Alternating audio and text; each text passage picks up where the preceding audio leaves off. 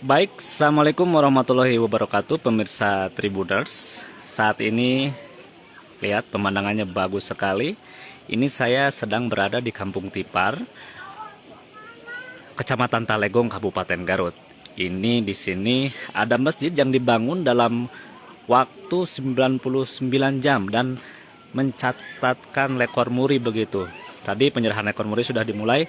Nanti kita akan masuk ke dalam, akan melihat bagaimana masjid penampakan dari masjid yang dibangun dalam waktu tempo 99 jam.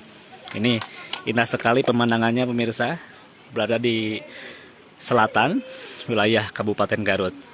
Pegunungan hijau, perkampungan, dan ini dia suasana di Kampung Tipar ini sendiri. Ini masjid ini dibangun oleh Masjid Nusantara, Yayasan Masjid Nusantara, dan dibangunnya oleh warga setempat dengan bergotong royong begitu.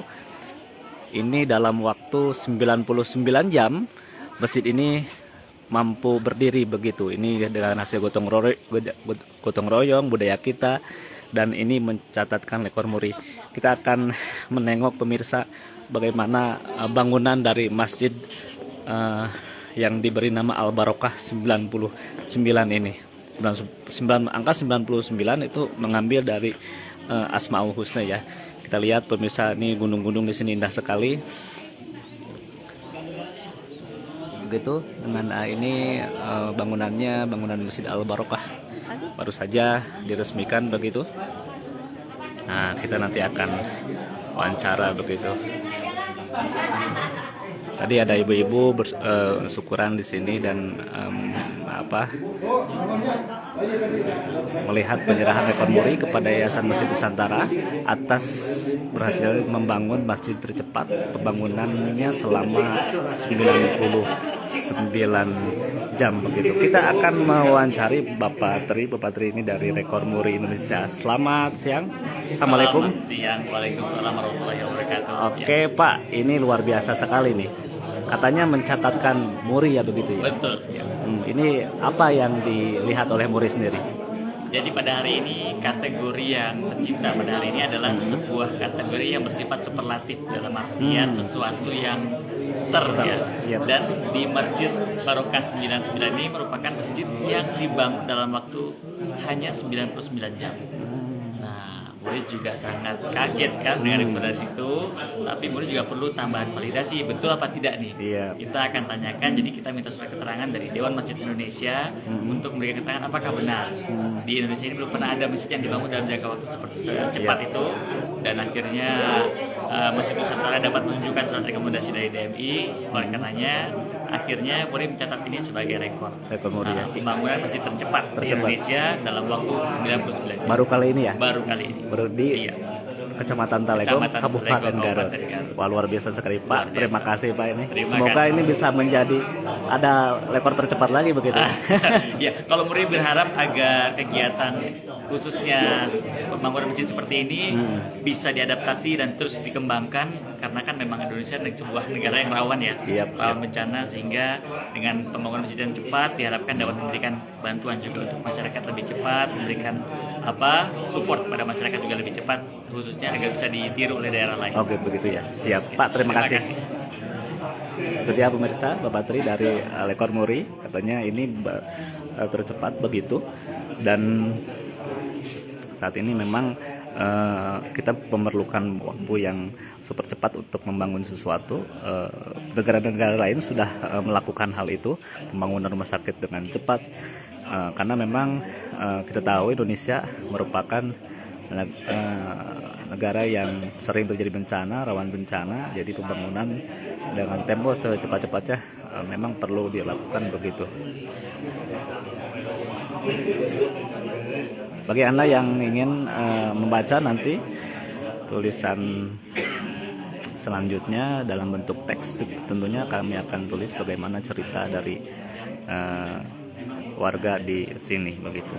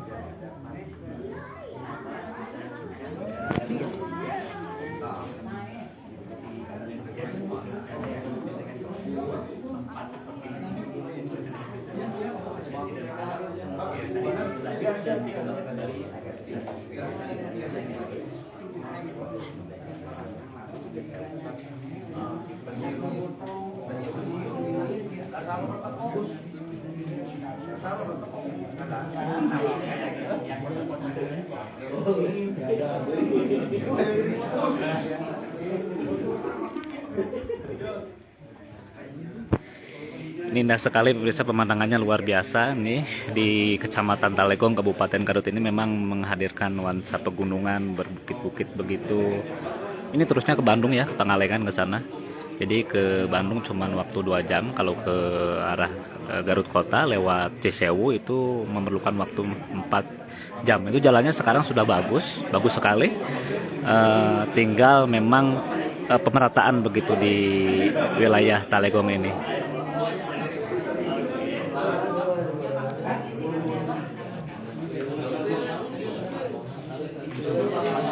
Ya.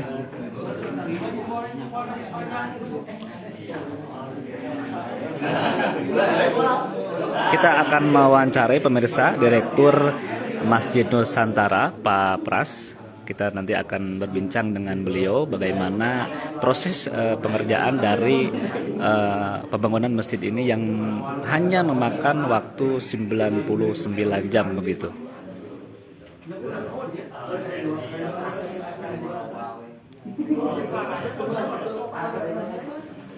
Oke, di sini aja.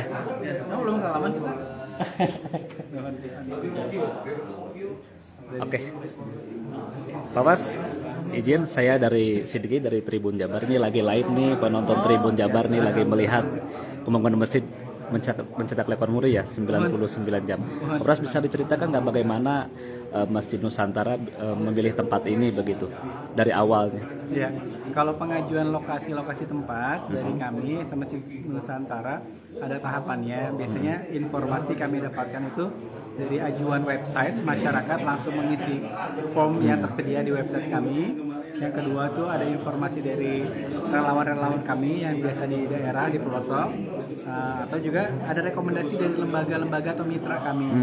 Untuk di sini kebetulan memang ada relawan yang dapat informasi lokasi ini. Jadi alhamdulillah kami hadir di sini melihat secara kebutuhan masjidnya. Awalnya musola memang layak buat disupport, kami tawarkan ke para donatur. Alhamdulillah mereka bersedia dan nitipin buat pembangunan di sini. Nitipin buat ya. Katanya ini pembangunannya gotong royong ya? Betul.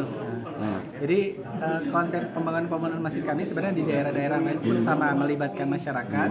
Karena kami sampaikan untuk bisa jadi masjid dengan cepat itu ya perlu kerja bersama. Kami minta juga dari masyarakat ikut partisipasinya, baik tenaganya terutama, kalau ibu-ibu biasa juga ikut membantu dari makanannya, supaya apa, lebih cepat dalam proses pengerjaan. Jadinya biasanya standar kami itu 2 bulan masjid itu jadi masjid yang biasa ya, bukan konsep ini. Oke, gitu. Ini masjid ini yang kami buat konsep baru, pilot project untuk diduplikasi dari daerah yang nanti terdampak bencana. Jadi bisa pembangunannya bisa lebih cepat gitu. Iya, karena apa? Di daerah terdampak bencana kan rumah ibadah, rumah masyarakat itu habis hitungannya. Mereka kondisi yang dalam keadaan tidak punya harta, bahkan bisa jadi tidak punya harapan, perlu ibadah dengan benar-benar supaya apa? Ada yang merasa membantu mereka, menolong mereka, dan tepatnya di masjid. Maka kami harus segera membangun masjid cepat. Jadi niatnya gitu, harus membangun masjid cepat supaya masyarakat tetap bisa ibadah, walaupun tidak punya apa-apa, lagi kena musibah, bisa tetap mereka kuat, mereka tetap istiqomah dan bisa ibadah dengan baik, tidak hanya berputus asa. Iya. Dan ternyata mencetak rekor muri gitu ya. Alhamdulillah ternyata betul mencetak rekor muri. Kami konfirmasi dan tanya-tanya juga diminta rekomendasi Dewan Masjid Indonesia. Emang di Dewan Masjid itu tidak pernah dapat informasi pembangunan masjid secepat ini. Gitu. Jadi alhamdulillah berarti memang direkomendasikan oleh Dewan Masjid Indonesia supaya menjadi salah satu yang mereka ketahui tercepat pembangunannya.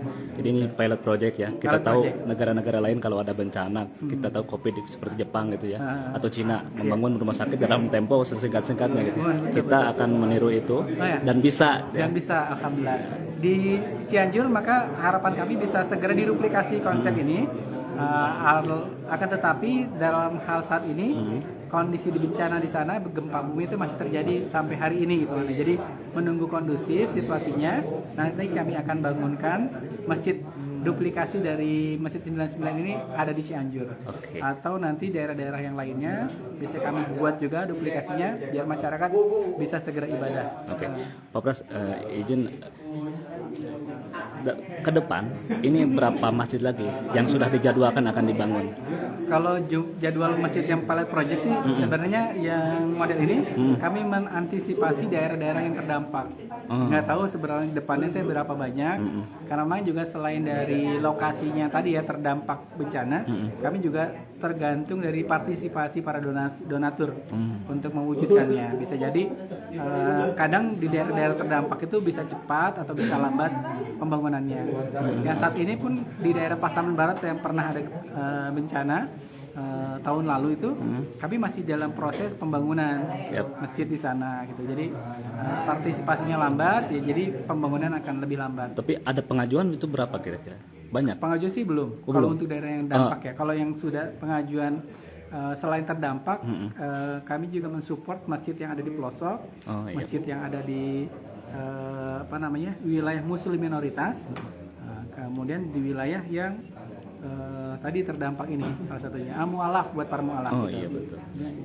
Jumlah ajuan masjid yang itu di website kami ada kurang lebih 20-30an campaign lah.